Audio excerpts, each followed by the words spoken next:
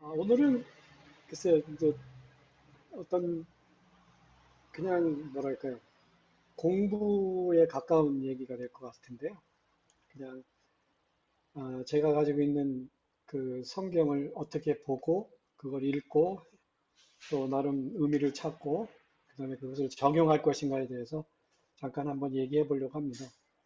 뭐 잘 아시는 대로 성경이 이렇게 활자판으로 나오게 된 거는 최초는 그 독일에서 구텐베르라는 사람이 인쇄본 성경을 만들 다음부터죠. 뭐 그때부터 자연스럽게 성경이 가장 존경받고 존경받으며 존중받으며 찬사를 받는 베스트셀러였으면 뭐 얘기할 것이 없죠. 그렇지만 하나님을 믿는다고 고백하는 사람들에게는 그냥 단순한 베스트셀러로서가 아니라 하나님의 말씀이라고 하는 어, 측면이 있다는 사실이 다른 점이라 할 수 있습니다. 인간 언어로 쓰여져서 우리에게 전달되어진 하나님의 말씀, 하나님이 어, 그 인간을 얼마나 사랑하시는지에 대한 뭐 사랑의 메시지다라고 해석하는 분들도 계십니다. 근데 중요한 거는 그 사랑의 메시지를 우리가 읽고 때로는 뜻을 찾을 때 그 뜻을 잘못 해석하는 경우가 많이 있죠. 의미를 제대로 파악하지 못하는 경우가 많이 있죠. 여러분들 중에 혹시 그 영화 황산벌이라는 거를 한번 보신 분이 계신지 모르겠는데 거기에 보면 그 각 그 나라 그 사람들이 그 이를테면 백제 신라 삼국시대 얘기인데 백제 신라 고구려 사람들이 자기네 그 방언으로 얘기를 하죠. 그러니까 이게 참 못 알아들어요. 어떨 때는 이제 그걸 보면서 느낀 게 하나님께서 저희들한테 말씀하실 때도 분명히 A라고 말씀하셨는데 우리는 B라고 알아들는 그런 경우가 허다하다는 얘기죠. 그러니까 그 우리 전라도 분들 좋아하시는 말씀 중에 하나가 하나님이 그 거시기하게 말씀하셨는데 인간들은 머시기하게 받아들이는 뭐 이렇게 찰떡같이 말씀하셨는데 개떡같이 알아듣는 그런 경향이 있다는 거죠. 당연히 성경에는 우리가 보기에도 이상하고 괴상한 사건들이 묘사되어 있습니다. 더불어 요즘 그 여호수아를 묵상하지만 그 여호수아서에는 전쟁을 하면 아주 다른 민족들을 아주 진멸하는, 아주 말살하는 그런 것들이 성경에 신신찮게 나옵니다. 그런 걸 보면서 왜 저렇게까지 해야 되지? 라고 하는 생각이 들 정도로 아주 그 바닥을 드러내는 그런 사건들. 그러니까 뭐 흔히 얘기하면 정말로 온갖 이상하고 아름 더러운 사건들이 가득 들어차 있는 책이기도 합니다. 제가 그럼에도 불구하고 아들람 우리 식구들과 같이 이렇게 모임을 가질 수 있는 이유는 우리는 그 다양함 속에서 일치함을 찾으려고 노력하는 그러한 분들이 모여서 이렇게 함께 모임을 갖고 있는 것이 아닌가 하는 생각에서 많은 위로를 받고 있습니다. 중요한 거는 우리들이 때로는 성경을 통해서 그 뜻을 이렇게 널리 펼쳐보고 싶은 그런 생각들이 많음에도 불구하고 아, 그렇지 못한 경우가 많이 있다는 거죠. 그래서 어떻게 하면 조금이나마 그러한 일들의 실수를 아니면 뭐 가이드라인을 좀 제시하고 싶은 그런 생각이 있어서 어, 지금 오늘 이런 시간을 마련해 봤거든요. 성경을 이해한다는 것은 아니면 해석한다는 작업은 가장 기본은 그거라고 생각합니다. 본문 속에 저자가, 그러니까 뭐 여기서 얘기하는 그 저자는 당연히 하나님이 되시겠죠. 심어놓은 아니면 저자가 의도한 의미를 찾는 작업이 성경을 이해하는 작업이죠. 근데 그 성경을 이해하는 작업의 중요한 점은 또 뭐냐면 새로운 의미를 찾는 것은 아닙니다. 그러니까 정확하게 본문 속에 저자가 심어놓은 아니면 의도한 의미를 찾는 작업이지 새로운 의미를 찾는 작업은 아니라는 겁니다. 이 말은 무엇이 내포되어 있는 거냐 하면, 당연히 성경을 읽고 난 다음에는 그, 우리가 지금 이해하는 이해, 이해 영역 이전에 우리를 그 원래 의도와 분리시키는 그 괴리가 있습니다. 그러니까 그것은 뭐 문화가 될 수도 있고, 언어도 될 수 있고, 또 시간적, 또 환경적, 아니면 또 교리적 괴리들이 있을 수 있습니다. 그러니까 성경을 해석한다는 것, 이해한다는 것은 이 성경의 사건이 가지고 있었던 그런 언어적, 문화적, 시간적, 환경적, 교리적 괴리들을 뛰어넘는 일을 해야 된다는 겁니다. 그래서 이제 제가 그냥 한번 저기 제목을 잡아본 것이 이해의 다리를 건너자라고 하는 것으로 삼은 이유도 되겠습니다. 우선 그러면 성경이 어떻게 쓰였는지 간략하게 한번 살펴보도록 하겠습니다. 만약에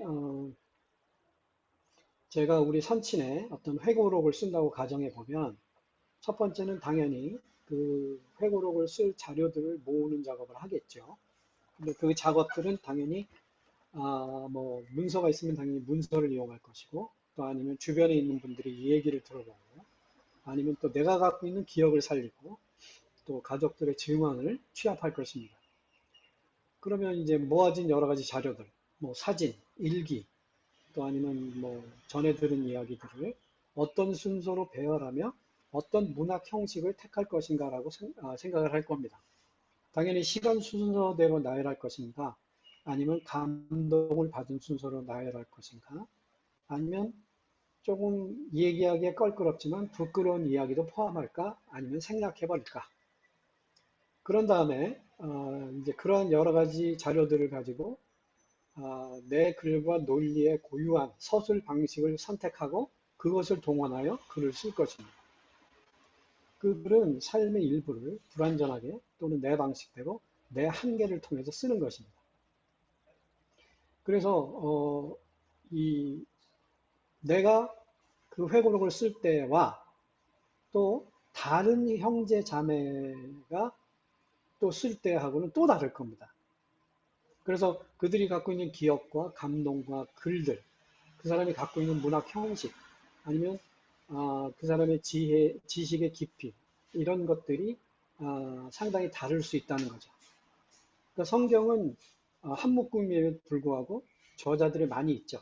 물론 원저자는 하나님이라고 하고 하나님께서 인간의 손을 빌어서 작성해 놓으신 거기 때문에 이러한 그 이해 충돌도 분명히 있을 수 있습니다. 성경도 당연히 이런 비슷한 과정을 거쳐서 이루어졌습니다. 그래서 뭐 성경은 중심적으로는 당연히 2000년 전에 지중해 연안에서 이스라엘에서 있었던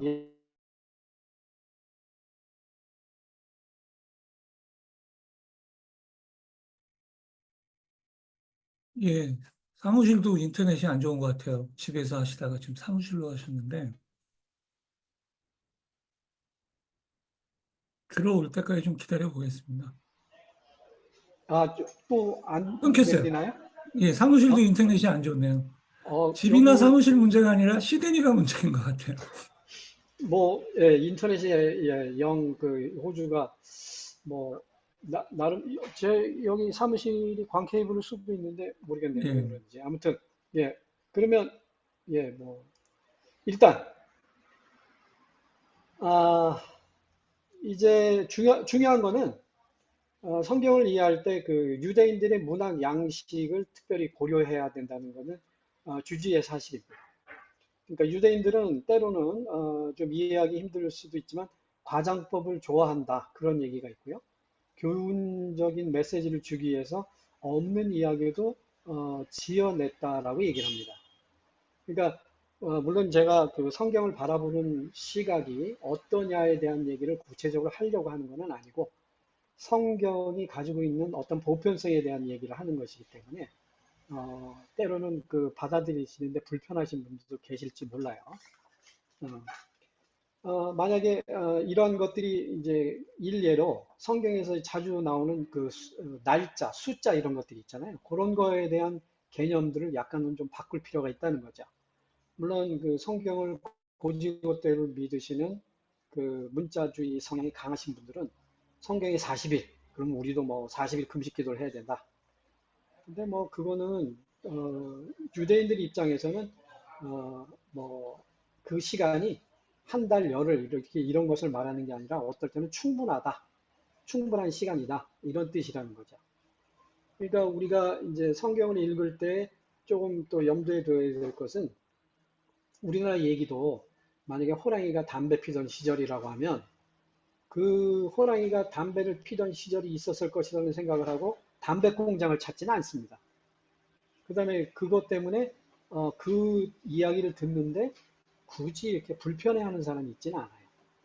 그러니까 그런 것처럼 성경 안에 들어가 있는 그런 사건과 이야기들이 물론 그것을 바라보는 시각에 따라 다르지만 그것이 왜 거기 들어가 있냐고 아니면 그것이 역사성이 있을 것이다라고 얘기하는 것에 대해서 너무 신경을 쓰지 않으셔도 된다는 거죠.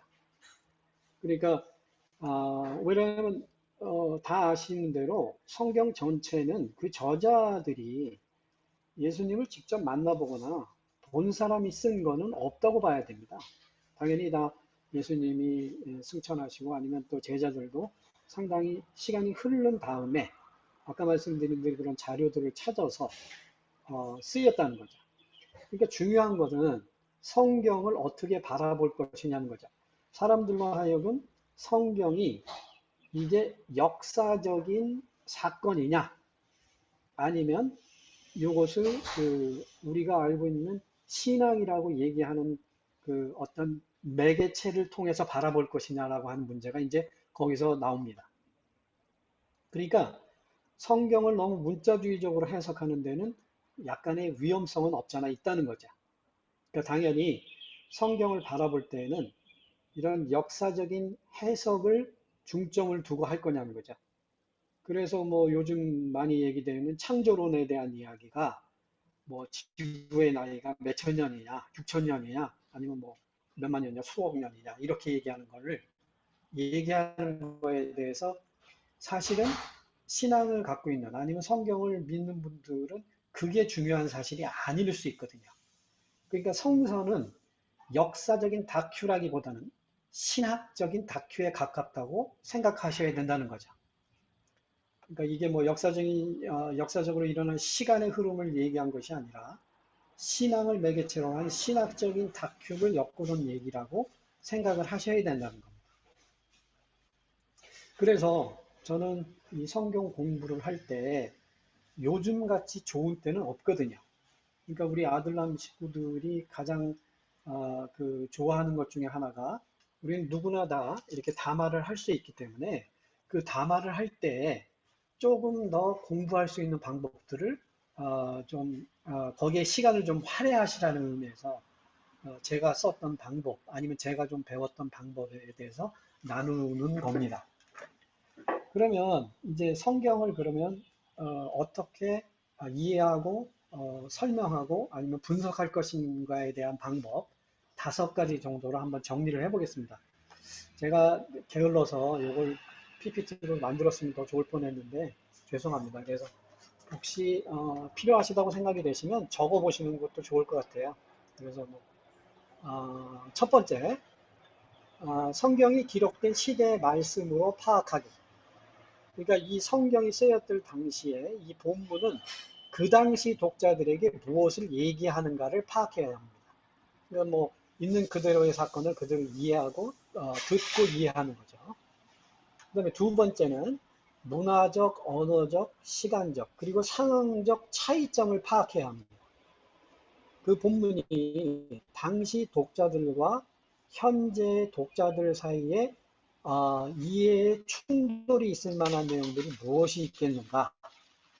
그러면 요거를 현재에 맞는 우리의 현대를 사는 우리 독자들이 있는 사람들이 의미를 받아들일 때 그 문화적, 언어적, 시간적, 상황적 차이점을 극복할 수 있는 원리가 무엇인가를 찾아야 된다는 거죠. 그러니까 중요한 것은 이 맥락, 그러니까 그 본문이 갖고 있는 그 영어로 얘기하면 콘텍스트라고 많이 하죠. 그것을 문학적, 역사적 그 상황을 고려해서 이해해야 한다는 겁니다. 요건 사실 요게 제일 중요하다고 볼 수 있는데 많은 신학자들이나 아니면 설교를 하시는 분들이 준비할 때 당연히 요 부분에 대해서 아마 중점을 두실 겁니다. 그래서 그 의미들을 찾아나가는 작업들을 이러한 방법을 통해서 하죠. 그런 다음에 그 이해를 하기 위해 세 번째, 그 이해의 툴, 그러니까 그런 우리를 분리시키는 그 괴리를 뛰어넘어서 현 시대에 맞는 말씀으로 이해하고 해석할 때 그 다리가 무엇이냐는 거죠. 그러니까 그 다리가 원칙을 세워야 됩니다. 원칙을 세우는 방법을 배워야 됩니다. 그래서 그 원칙이 무엇이냐는 어떻게 보면 성경을 바라보는. 세 번째 얘기하겠습니다. 예, 네 번째는 본문이 가진 의미가 성경 전체에서 차지하는 위치를 파악해야 합니다. 그러니까 이 본문이 성경을 관통하는 그 원래의 의미 속에서 이 지금 오늘 내가 공부하고자 하는 아니면 내가 연구하고자 하는 본문이 가진 위치를 찾는 건데 성경에 가지고 있는 기본 원리, 그 성경 전체를 관통하는 기본 원리와 어떻게 부합하는가를 찾는 겁니다. 그리고 다섯 번째는 파악된 본문의 의미와 신학적인 원리를 우리가 지금 살고 있는 현 시대에 적용하는 겁니다. 뭐 이거는 큐티를 하시는 분들은 많이 하시는 작업 중에 하나죠. 파악된 신학적인 원리를 어떻게 실제적으로 내 생활에 아니면 내 개인 신앙생활에 적용해서 살 것인가를 고민하는 겁니다. 이렇게 다섯 가지를 가지고서 성경을 해석한다고 저는 그렇게 하거든요. 그래서 다시 한번 얘기하면 1번은 성경이 기록된 시대의 말씀으로 파악하기, 2번은 문화적, 언어적, 시간적, 그리고 상황적 차이점 파악하기, 그 다음에 세 번째는 원칙을 세우는 방법을 연구하기, 네 번째, 본문이 가진 의미가 성경 전체에서 차지하는 위치를 파악하기, 그리고 다섯 번째가 파악된 본문의 의미와 신학적인 원리를 현 시대에 적용하기. 그럼 이 다섯 가지를 가지고 오늘 읽었던 본문에 대해서 한번 간략하게 한번 해보겠습니다. 그런 해석의 단계를 지금 뭐 시간이 그렇게 많지 않으니까 제가 이제 간단하게 한번 간략하게 요약하는 걸로 마무리를 하도록 하겠습니다. 첫 번째, 독자들에게 본문이 무엇을 말하고 있는가를 찾아야 된다고 말씀드렸죠. 그래서 오늘 본문을 9절까지 내용을 정리하면 하나님은 여호수아에게 하나님의 임재로 인해 강하고 담대하라 명령하신다. 더불어 모세의 율법을 묵상하고 순종하면 약속의 땅을 얻을 것이다. 두 번째, 본문은 당시 독자들과 현재 우리에게 어떻게 다른가? 우리는 이스라엘 민족의 지도자가 아니다. 또 가나안을 정복하러 떠나지는 않는다. 또 우리는 구약의 율법 아래 있지 않다. 우리가 갖고 있는 그 본문이 갖고 있는 상황과 우리가 갖고 있는 상황의 다른 점들. 세 번째, 본문에서 찾을 수 있는 신학적인 원리는 무엇인가?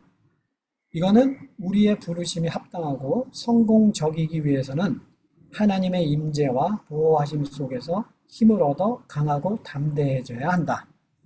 그러기 위해 하나님의 임재를 매 순간 확인하며 그 말씀을 기억하며 순종하고 말씀을 묵상하는 일도 지속해야 한다. 네 번째, 우리의 신학 원리는, 우리가 찾은 신학 원리는 광의적 성경 원리와는 어떻게 조화를 이루는가?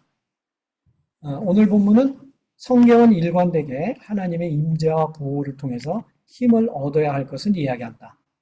신약을 사는 하나님의 백성들은 성막에 거주하셨던 하나님의 임재를 통해서 백성들에게 하나님의 능력을 기억하고 얻은 것과 달리 성령의 임재하심과 인도하심을 통해서 얻어야 한다. 다섯 번째, 각 개인의 삶에 신학적인 원리를 어떻게 적용해 살 것인가? 실제적 적용은 다양한 방법으로 나타날 수 있습니다. 요것은 아주 극히 개인적인 적용이 필요합니다. 그래서 이제 저 같은 경우에는 첫째, 말씀 묵상을 실천한다. 매일매일의 말씀 묵상을 통해서 실천하기를 원한다. 특별히 또 하나, 묵상이라고 하는 단어는 그냥 단순하게 그 본문을 읽고 뭐 해석하고 이런 것이 아니라 그것을 외우는 것도 말씀 묵상의 그 한 방법입니다. 당연히. 특별히 히브리 사람들은 묵상이라고 하는 단어가 갖고 있는 의미가 외우는 것, 그 다음에 낮은 소리로 읊조리는 것, 그런 뜻도 있거든요. 그래서 종종 TV에서 그 이스라엘 사람들 그 이렇게 성경을 외우는 모습 보시죠? 이렇게 뭐 앞뒤로 막 흔들면서 실제로 그 통곡의 벽 앞에 가면 그 랍비들이 모이는 장소가 있어요. 거기 가면 이 사람들이 그냥 종일 앉아서 그렇게 성경을 읽어요. 그런 것도 볼 수 있거든요. 아무튼 말씀 묵상을 실천한다. 그 다음에 저는 개인적인 적용 중에 하나가 크리스찬 뮤직을 듣는 것도 방법이다 라고 생각을 했습니다. 그래서 뭐 집에 있을 때 너무 조용하면 저는 좀 이렇게 오히려 집중이 잘 안 돼서 음악을 틀어놓을 때 당연히 복음성가나 복음성가 경험악 같은 걸 틀어놓습니다. 또 하나는 성경을 가르치는 일에 헌신하는 것도 아주 좋은 실천일 것이다 생각했습니다. 지금은 뭐 아들남매는 주일학교나 이런 것이 없으니까 그렇지만 만약에 오프라인 교회를 다니신다면 주일학교 교사가 되는 것도 좋은 거고 우리 아들남 모임에서는 당연히 다마를 시도해보는 것도 아주 좋은 거라고 생각을 합니다. 그리고 또 하나 더 좋은 것은 뭐 우리가 얘기하는 흔히 전도라고 얘기하는데 다른 사람과 성경을 통한 토론 같은 것도 한번 진행해보는 것도 좋은 방법인 것 같습니다. 그 다음에 마지막으로는 저는 교회 내에서 리더십을 가지고 있을 경우엔 아니면 우리 아들람, 그러니까 아까 제가 다마를 말씀드렸던 것처럼 이런 다마를 시도해보는 것, 그 다음에 이런 다마를 할 때에 사실은 그분이 가져야 될 개인적인 덕목이 또 필요할 수 있습니다. 당연히 다마를 할 때 우리가 싫어하는 것들 중에 하나가 그거잖아요. 앞에서 지금까지 말씀을 전하는 분들이 한 일 중에 가장 잘못된 것 중에 하나가 말씀 따로 신앙 따로 아니면 말씀 따로 실천 따로였던 것들이 있거든요. 그러니까 당연히 이 다마를 하는 분들 또 아니면 개인 신앙생활을 영위해 나가시는 분들이 가져야 될 동목 중에 하나가 당연히 저는 묵상을 통한 의미를 깨달으신 후에 당연히 인격적으로 또 그것을 실천적으로 실천해야 하는 것들을 끊임없이 훈련해야 된다고 생각을 합니다. 그러면 어떻게 마이크를 켜시고 해주시면 되겠습니다. 예, 문영훈 형제님. 네, 질문이 있습니다. 오늘 뭐 본문의 말씀 읽을 때는 뭐 별로 큰 이게 그 저항감이나 이렇게 특히 없는데 만약에 이제 남성 여성에 대한 시각 같은 것을 성경에서 읽을 때 지금 시각하고 상당히 큰 이렇게 거의 극단처럼 이렇게 보이기도 하고 이것을 우리가 지금 신학적으로 어떻게 이해를 해야 될지 우리 기독교인들이 지금 우리나라도 대형교회가 완전히 정치적으로 가고 그 이슈를 속에서 보면은 결국에는 그런 문제점이 이렇게 호도되면서 성경을 이상하게 해석하는 그런 경우가 있는데 이것을 어떻게 봐야 될지 좀 의견을 듣고 싶습니다. 예, 유독준 형제님 요건 간단하게 답변하시고 넘어가겠습니다. 답변해 주시죠. 제가 예. 그러니까 기준이 있어야죠, 당연히. 그러니까 저는 그러니까 뭐 제가 어차피 자라온 환경이나 아니면 공부한 환경의 영향을 받을 수밖에 없으니까 제가 이제 자라온 신앙 노선이 당연히 한국에서는 뭐 보수 교단에서 자랐기 때문에 제가 보기엔 그런 기준을 성립하는 것이 중요한 것이 아닌가 그 다음에 해석할 때는, 제가 보기에는 그 해석이 이제 사실은 어떻게 보면 문제잖아요. 그 다음에 해석과 적용.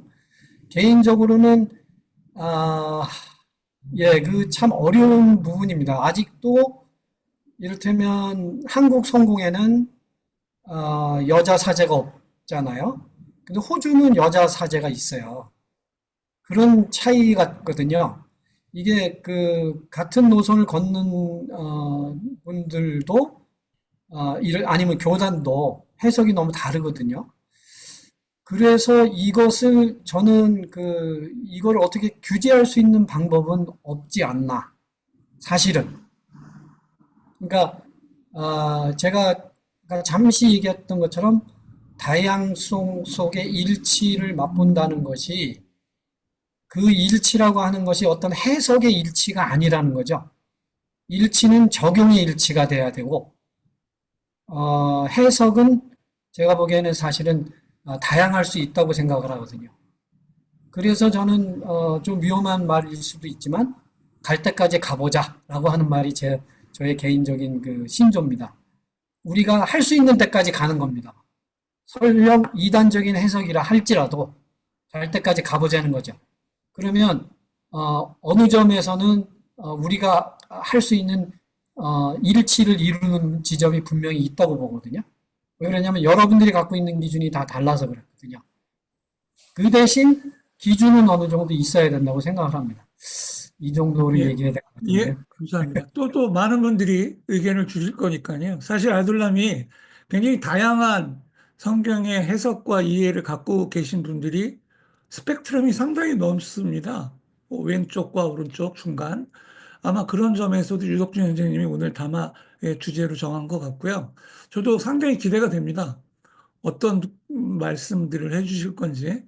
성경이 역사적 사실인지 아니면 신앙과 연결해서 바라봐야 될 건지 굉장히 많은, 뭐, 유덕준 형제님 그렇게 얘기를 하셨고요. 어, 우대한 목사님, 예, 예, 좀 짧게 부탁드립니다. 다음 또 들으실 분이 있으니까. 예, 이렇게 짧게 얘기하겠습니다. 예, 담화의 그 의도가 어떻게 하면 설교다운 설교를 할 것인가 그런 뜻이라고 제가 이해를 합니다. 그래서 이제 뭐 쉽게 얘기하면 잘하는 설교는 어떤 설교인가 이제 그런 그 내용이라고 생각할 수가 있는데 이 설교를 할 때는 이제 대상이 누구냐, 내가 그 담화를 하는 그 대상이 누구인가에 따라서 그 내용이 달라질 수가 있을 것이고, 그리고 또 내가 누구냐, 만약에 내가 신학교 교수냐 아니면 주일학교 반사냐, 거기에 따라서도 설교 내용이 달라질 것이라고 이렇게 생각이 되고, 그래서 지금 오늘 담화 내용은 아주 정말 설교를 잘 할 수 있을 것이라고 기대하는 어떤 분이 설교를 했을 때에 갖춰야 할 어떤 여러 가지 그 자세나 덕목이 아닌가 이렇게 생각이 되는데, 이제 저 같은 경우는 아주 어려서부터 설교를 했어요. 제 중학교 1학년 때부터 주일학교 반사를 했어요. 이제 그런 사정이 이제 개척교회를 시작하다 보니까 성경을 그 주일학교 반사할 사람이 없어서, 그래도 이제 어려서부터 신앙생활을 했던 제가 저보다 더 어린 아이들을 상대로 설교를 해야 되는 그런 상황이 있어서 그렇게 했는데, 또 고등학교 가서는 내가 또 이제 뭐 종교부장이라는 그 미션 스쿨에서 종교부장이라는 또 그런 직함을 가지고 같은 동기의 학생들을 상대로 설교를 해야 되는 그런 이제 의무가 있어서, 그때는 또 그때 당시 이제 그런 방식을 이제 취했고, 그리고 이제 제가 뭐 목사가 되기까지 이제 여러 가지 뭐 청년회장이란다든지 뭐 주일학교, 고등학교 뭐 반사 이런 걸 하면서 그 대상이 누구냐에 따라서 이제 그 설교를 하는 그 내용과 또 준비하는 그 방식이 많이 달라졌다고 생각이 되는데, 이제 만약에 고도의 지금 오늘 담화하신 분의 의도대로 고도의 높은 수준의 설교를 해야겠다라고 생각이 된다든지 아니면 적절한 그런 설교를 해야겠다라고 하는 생각이 된다고 하면 처음부터 모든 그 설교학에 대한 기초부터 공부를 해서 해야 되지만, 그렇게 되기까지는 물리적으로 시간이 충분치 않으니까 지금은 이제 뭐 AI가 있어가지고 이런 의도로 몇 분짜리 설교 하나 내놓으라 그러면 AI가 아주 자기가 아무리 노력해도 할 수 없는 수준의 설교를 내놓습니다. 근데 이제 우리가 그렇게 할 수는 없고 어찌됐든 그 좋은 설교 또 그 어떤 성경 본문이 의도하는 뜻을 잘 전달하는 그런 설교를 하려고 한다면 저 같은 경우는 이제 그 주석서 그래도 이제 대표적으로 많은 사람들의 지지를 받고 있는 주석서 몇 권을 이제 그 교조로 해서 설교를 준비를 합니다. 그렇게 하면 실수가 적고 또 새로운 어떤 시도에 그런 얘기를 해야 할 필요가 없고 그렇게 하면 제가 전하고자 하는 그 대상자들에게 적절한 설교를 하는 데 도움이 되지 않을까 이렇게 생각이 됩니다. 예, 감사합니다. 우리 설교를 아주 어릴 때부터 하셨던 한국의 찰스 스펄전 목사님 같은 오대영 목사님의 말씀이셨습니다. 저도 AI로 담화 준비할 때 해봤는데요. 안 되더라고요. 누가 봐도 AI가 했구나라는 거를 사람들이 다 아는 것처럼 나오니까 못하겠더라고요. 그건 좀 불가능한 것 같고요. 예, 양보영 자매님.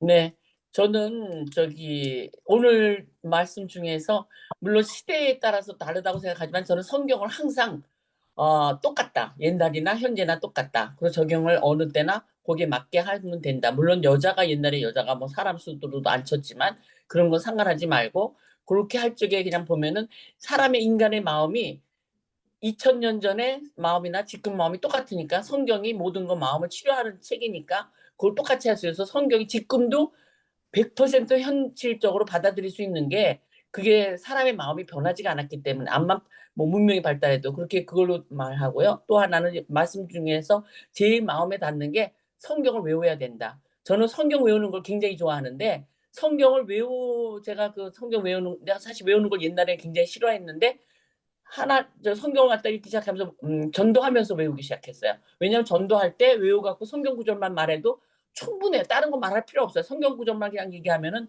그 전도가 다 돼버리는 거예요. 그런데 성경 구절 외우면은 진짜 어려운 상황에도 성경 많이 외우서 그게 딱 생각이 나는 거예요. 그러면은 화날 일이 없고 속상할 일이 전혀 없어요. 마음에 상처를 안 받는다. 네가 하나님이 옆에서 너를 지켜주시는데 뭐가 걱정할 게 있습니다. 근심 걱정이 없어요. 그러니까는 외우는 거 중인데 이스라엘 갔을 때 보니까 그게 조그만 애들이 막 길거리 가면서 성경책 읽고 가더라고요. 막 그냥 가는 게 길거리에서 책 보고 다니는 애들 처음 봤어. 이스라엘은 전부 다 조그만 애들이 성경책을 갖다 외우고 다녀요. 그래서 나는 정말 저렇게 되니까 이스라엘 민족이 주희 씨가 왜 잘 되는가? 성경책을 많이 외웠기 때문이라고 생각해요. 성경책을 많이 외우면은 그 속상한 시간에 발전할 시간을 가져야 돼. 발전할 시간을. 그래서 성경책을 많이 외우면 너무 좋다. 이만하겠습니다. 감사합니다. 감사합니다. 다음에 또 하실 말씀. 사실 오늘 유덕준 선생님이 담화를 준비하시면서 저분의 의견은 어떻게 갖고 계실까? 나의 담화에 대해서, 성경 해석에 대해서 어떻게 얘기할까? 상당히 궁금히 여기시는 분이 두 분이 계시죠, 사실. 그래서 지금 뭐 얘기 안 하시니까 그 중에 첫 번째 분이 또 이분이 처음부터 얘기 안 하세요. 마이크 키시고 얘기 안 하시고 끝까지 계시다가 막판에 조용필처럼 얘기하시는 그런 분이 계시죠. 우리 브리스번의 김용재 사장님이십니다. 상당히 기대하고 있습니다. 많은 분들이. 과연 김용재 사장님은 성경 해석에 대해서 어떠한 생각을 갖고 계신지 말씀해 주시기 바랍니다.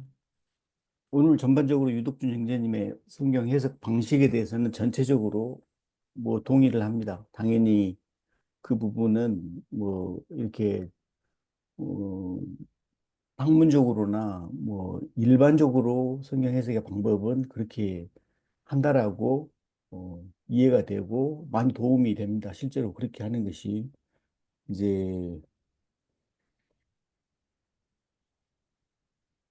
그러나 그 이제 사람에 따라서 물론 성경에 접근하는 방식이 다 다르니까 어떤 게 틀리다, 옳다, 뭐 이렇게 말할 수는 없을 겁니다. 성경을 문자 그대로 이해해야 된다. 그렇게 말할 수도 없고요. 또, 뭐, 그게 아니고 뭐 어떻게 다른 거다라고 말할 수도 없습니다. 서로가 각자가 갖고 계신 생각대로 어떤 게 가장 나한테는 효과적이고 나에게 영향력을 주는가를 생각하는 게 중요하다고 저는 봅니다. 성경은 하나님의 말씀이다. 맞죠? 예. 보통 그렇게 얘기하는데 그 말 자체에도 저는 두 가지가 로 접근할 수가 있다고 생각하거든요. 그러니까 뭐 바이블 is the God's word. 성경은 하나님의 말씀이다라고 그냥 그 어떤 단정을 내리는 방식이 하나 있고 또 하나 우리가 꼭 생각해야 될 것이 있는데 성경은 하나님의 말씀이 된다라는 관점으로 접근하는 겁니다. 만약에 성경이 하나님의 말씀이다, 이 명제 하나를 절대적으로 놓고 본다면 당연히 성경에 써진 그대로 글자 그대로 믿어야 되겠죠. 하지만 뭐 그렇게 오늘날 그렇게 되지 않지 않습니까? 뭐 성경이 하나님의 말씀이다라고 해서 그 성경을 주구장창 그것만 읽고 외우고 해서 뭐 유태인들이 오늘날 훌륭한 민족이 됐다고 하는데 그렇게 성경 말씀을 외우고 다니고 뭐 성경 말씀을 잘 지키고 해서 그 지금 하는 짓거리는 완전히 양아치 짓거리를 하고 있지 않습니까? 그게 무슨 그렇다면 하나님의 말씀이다.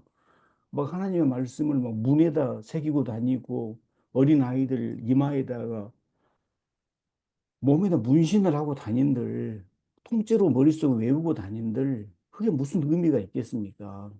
하는 짓거리는 뭐 일은 아주 웃기는 짓거리를 하고 있는데 그게 무슨 복받은 민족이 되며 그 복을 받아서 뭐 하겠습니까?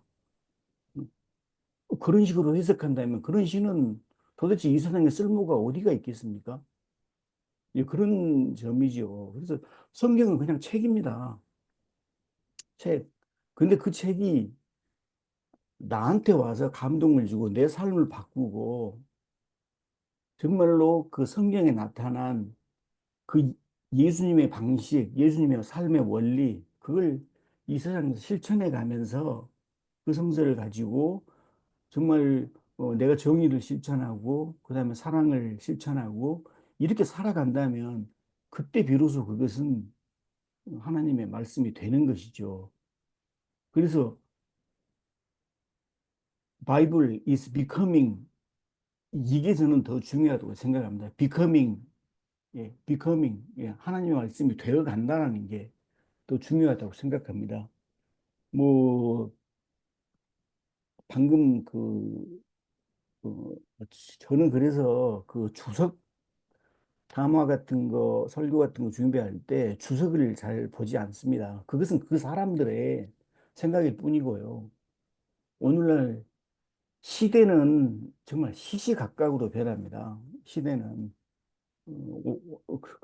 이런 시대에 그렇다면은 아니 뭐 누구는 저 그러지 않습니까? 뭐 윤석열 와이프는 구약 성경을 거의 외우다시피 한다는데 그럼 그 훌륭한 사람입니까?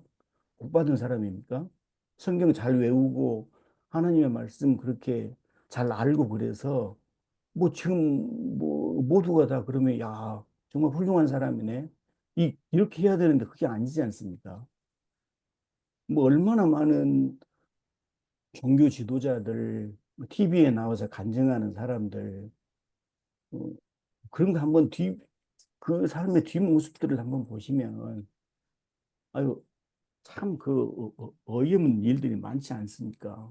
그러니까 중요한 것은 그 접근하는 삶의 자세고 내 기준이 중요하다라고 생각을 하는 겁니다.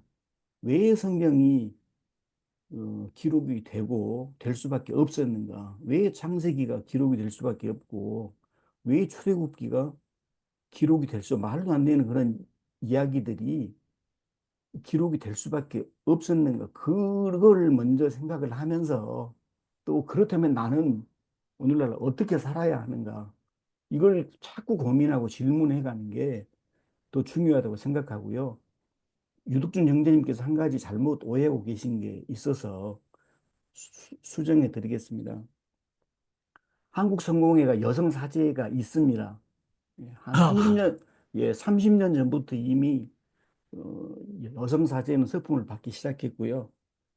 예, 그러나 뭐 숫자가 한국성공회가 워낙 이렇게 규모가 작다 보니까 이렇게 숫자가 작아서 그러는데 사실 뭐 여성사제 문제는 호주 안에서도 뭐 시드니 교구 같은 경우에는 호주 성공회에서 가장 큰 교구지만 또 여성사제도 있지만 배출되고 있지만 너무 보수적이기 때문에 여성사제들이 그렇게 목소리를 내지 못합니다. 하지만 뭐 퍼스라든지 퍼스는 이미 대주교가 여성분이고요. 뭐 그분은 저 본인이 레즈비언이라고 이렇게 공개적으로 밝혔고요. 그다음에 멜번에도 여성 주교님이 한 분 계시고 저희 브리즈번 대교구에도 작년에 그 저 주교 한 분이 새로 선출이 됐는데 여성분이 선출이 됐습니다. 그건 참고로 알아두시면 좋겠습니다. 예, 감사합니다. 우리 김웅재 사장님이 아주 시원시원하게 말씀을 해주시는 게 흡사 외모 때문에 그런지 즉문즉답을 듣는 듯한 그런 느낌을 받았습니다. 예. 자, 그러면 오늘 그 너무 주제가 좋고요. 또 담화가 길었기 때문에 조금 더 담화 토론을 조금만 더 진행하도록 하겠습니다. 아직 의견 얘기 안 하신 분이 계시니까 의견 안 계십니까? 그러면 아까 제가 얘기했던 그 굉장히 소감과 답변이 기대되는 김웅재 사장님 포함해서 한 분 더 계시다고 그랬죠. 또 역시 맨 끝에 얘기하시기를 원하시고 신성남 형제님은 사실 가장 많이 성경에 대한 이해, 그 다음에 번역 뭐에 대해서 말씀하신 분이신데요. 오늘 담화를 어떻게 들으셨습니까? 네, 유덕준 형제님 오늘 마치 신학교 강의를 듣는 듯한 느낌이었어요. 아주 깔끔하게 정리를 해주셨습니다. 제목도 그 이해의 다리를 건너기. 참 제목만 봐도 좀 궁금했어요. 좋은 내용 주셔서 고맙습니다. 제가 고3 때 그 빌리 그레함 목사님이 한국에 오셔서 뭐 선교대회 한다 그래서 그 여의도에 뭐 100만 명이 그 당시 모였는데 저도 또 그 당시 순진해가지고 교회 친구들하고 거길 쩔레쩔레 갔죠. 그 여의도 광장이 그날따라 얼마나 덥든지 아주 고생한 기억이 있습니다. 그래서 그 당시 뭐 길게 설교하진 않으셨어요. 한 20분 했나? 하여튼 뭐 하셨는데 제가 그 당시 듣고 느낌은 뭐였냐면 아, 참 옳은 말씀 하셨다. 진짜 복음적인 말씀이다. 알짜배기 성경이다. 그런데 또 다음 든 생각은 뭐냐면 이거 다 아는 얘기인데 우리 교회 전도사님도 저거보다 더 잘하셨는데 그런 생각이 드는 거예요. 그래서 아니 세계적으로 수백만을 전도하신 그 빌리 그레함 목사님이 뭐 오시면 뭔가 색다르고 뭐 엄청난 뭐를 하실 줄 알고 나는 그때 볕에 나가서 들었는데 그게 아니더라고요. 그런데 지나서 또 요즘 와서 계속 생각이 든 게 뭐냐면 그래 우리 교회 전도사님 설교 그게 좋은 설교다. 그게 좋은 담화고 그게 좋은 설교다. 요즘 어느 대형교회 목사님 설교 저는 잘 안 듣습니다. 대형교회 목사님 설교. 왜냐하면 성경 어떤 주제 제목 하나 읽어놓고선 1시간 내내 뭐 온갖 사설 잡설 다 거기다가 치장을 해가지고 결론은 사실 그냥 제목만 봐도 알 수 있는 결론을 내는 거예요. 그래서 이거는 뭐가 좀 잘못된 거다. 이거는 이해의 다리를 건너는 게 아니라 그 중간에 그 사설에 빠지면 오해의 다리를 건널 수 있다. 그런 생각이 들었습니다. 그래서 왜 오늘날 전 세계적으로 기독교에 이렇게 교파가 많고 이단도 많고 왜 이런가? 이것은 성경이 뭐 잘못한 게 아니라 그 성경을 이해하는 방법이 잘못됐다는 거죠. 그래서 저는 생각하기를 이거 상식적으로 해석해야 된다. 요즘도 지금 그 헌법이 잘못된 게 아니고 우리가 헌법을 읽어보고 야, 이거 도대체 무슨 말인지 이해 못한다 이런 사람 없거든요. 그런데 저 어떤 당 보면은 뭐 변호사, 판사 했다는 사람들이 그 헌법을 이상하게 해석하는 거예요. 말도 안 되게 트집 잡고 꽃들이 부리고. 이 똑같은 일이 이 지금 이 기독교 안에도 일어나고 있다. 같은 성경책 들고 다른 소리를 한다. 쉬운 얘기를 가지고 복잡하고 어렵게 얘기한다. 이 말은 제가 뭐 부분적으로 성경에 난해한 데가 없다는 뜻은 아니고요. 일반적으로는 다 그렇다는 거죠. 다 이해할 수 있는 내용들이다. 저는 성경을 읽다가 고등학교 국어 교육을 정상적으로 받은 내가 이해할 수 없게 쓴 책이라면 이건 잘못된 책이다. 이게 잘못된 경전이다. 저는 그런 생각을 해요. 제가 뭐 친구한테 편지 쓸 때도 상대방이 알아들을 수 없는 얘기를 쓰면 잘못된 거 아니에요. 그건 이해하라고 쓴 건지 이해하지 말라고 쓴 건지. 어떤 책은 그런 책들이 있어요. 이 사람이 이거 나보고 읽고선 이해하라는 거야. 이해하지 말라는 거야.